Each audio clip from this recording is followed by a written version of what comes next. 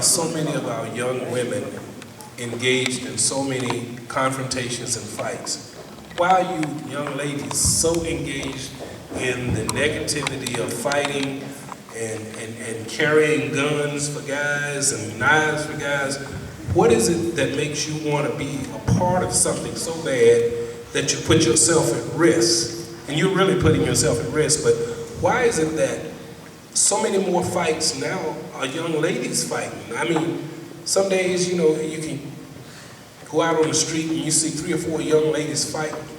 And you don't even see the guys fighting. I'm saying, wait a minute, what's going on with these young ladies out here? What's happening with all these young ladies fighting? I would have to say it's a lack of discipline, it's a lack of structure, it's a lack of self-respect. I mean, some people choose to carry themselves like that. Me, personally, I care about how other people view me. I care about the impact that I have on you guys' lives. So with that being said, I choose to carry myself in a positive way. I choose to talk positively. I choose to encourage education, academics. That's my choice.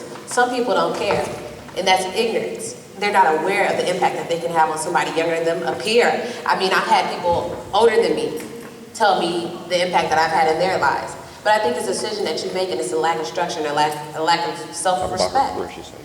Mark, I'm sorry, excuse me. Marky, can you introduce yourself to them? I don't know if you've done that before, and tell them who you are. They know you're Marky, but some of them may not know exactly who you are and where you've come from. Tell them your story. Yes. I guess I'll start by saying my name. My name is Marky Freeman. I actually am a product of the Boys and Girls Club. This unit, I went to Lanford High School. I graduated from Lanford High School. Went to Florida. I graduated from Northern Illinois University. I'm currently working on my master's in business management. I play professional basketball in Europe, and I just finished my first season in Poland, so now I'm back trying to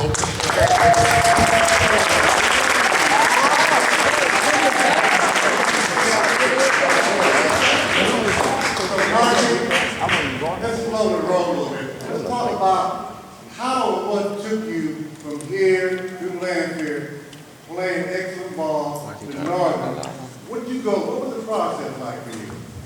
Well, I can honestly say, I mean, I know you guys are talking about those broken homes, and I came from a single parent home, but my support system, my mom put me in a positive area where I was surrounded by people that supported me everywhere, from Teen Reach at Union Baptist, from church, from after school programs, but I chose to be in a positive environment. I chose to put myself around positive people. I chose to look far beyond Springfield, Illinois. I chose to look far beyond Lanford High School. So many people stop nowadays after high school. I chose to go beyond that. I mean, I can honestly say that I'm not a perfect person. Yes, you know, we all have our stories, we all have our backgrounds, and we all have a past that we want to keep in the closet. You know, I can relate to the person at fault. I went there, I did that. You know, some people felt like we had to, but I felt like it was something bigger than that. And once I started to see bigger things, once I got outside Illinois, outside Springfield, outside the US, you know, I started to see that there was more. It's way more. It's way more to life than fighting amongst each other, hating, bullying, all of that. I mean, you choose to be a victim. You choose to be a victim. You know, you can change a lot of things. You can change a lot of things, but a lot of that is just daring to be different. I was surrounded by a lot of negativity. And with that being said, you know, it's easy to get caught up in that. But I also had a positive support system that brought me out and helped me, you know, see far and beyond.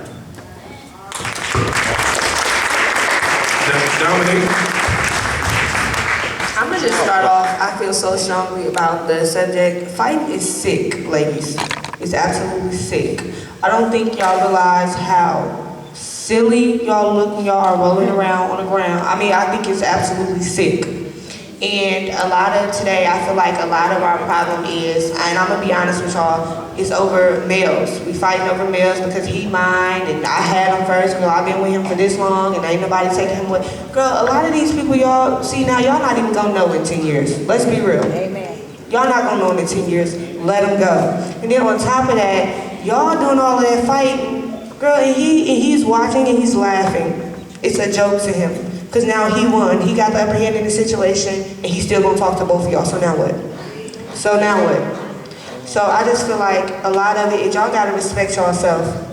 I think nothing is worth messing up your face, because now you gotta go to a job interview, you got a scar across your face, and when they ask you what happened, what you gonna say? And they gonna say bye. You gonna say I got in a fight, and they gonna say what? And they gonna say bye.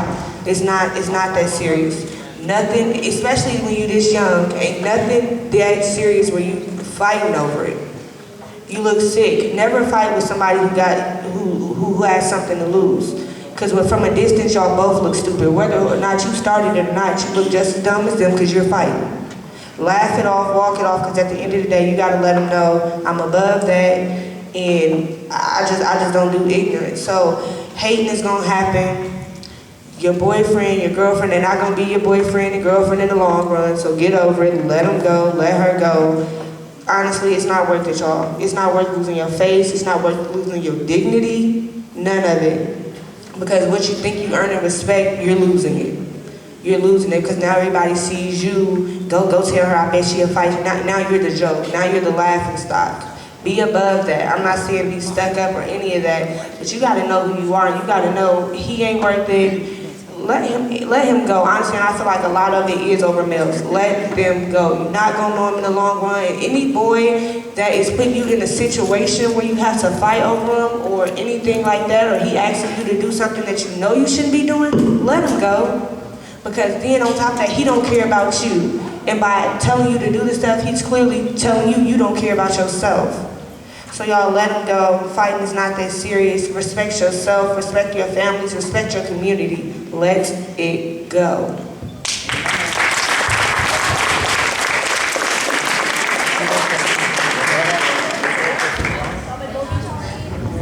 Hiya.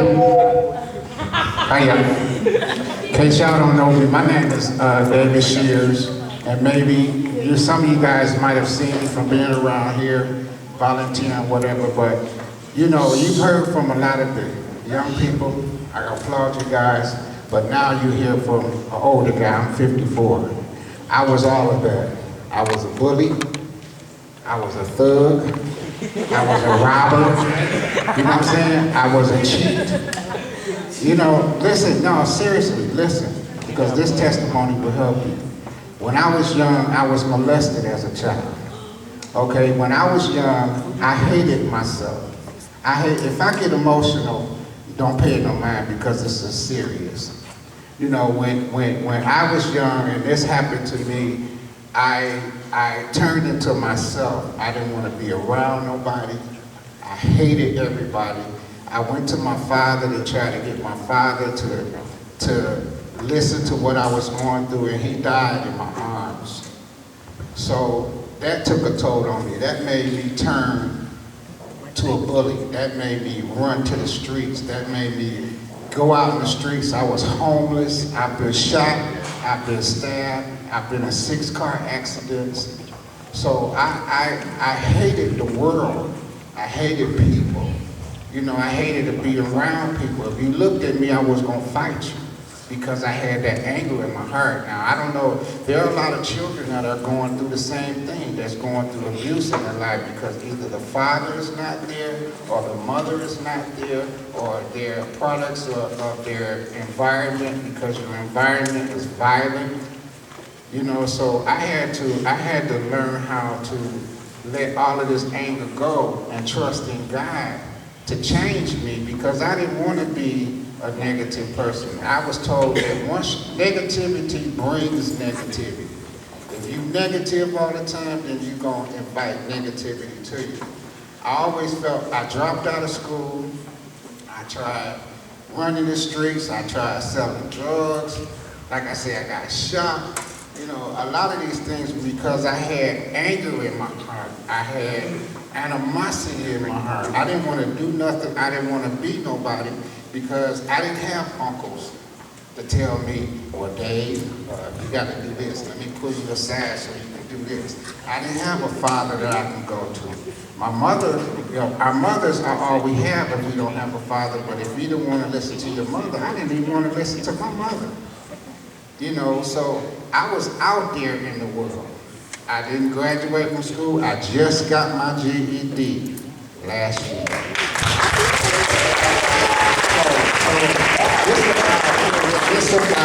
It's about no matter what you're going through, it's about staying positive. That's why I'm so into helping young people. Trying to teach you what I have, you know, what I've been through. And that you can do the same thing if you stay positive, if you go to school and be the best you can be. Don't worry about peer pressure or somebody else making you turn to another way that you don't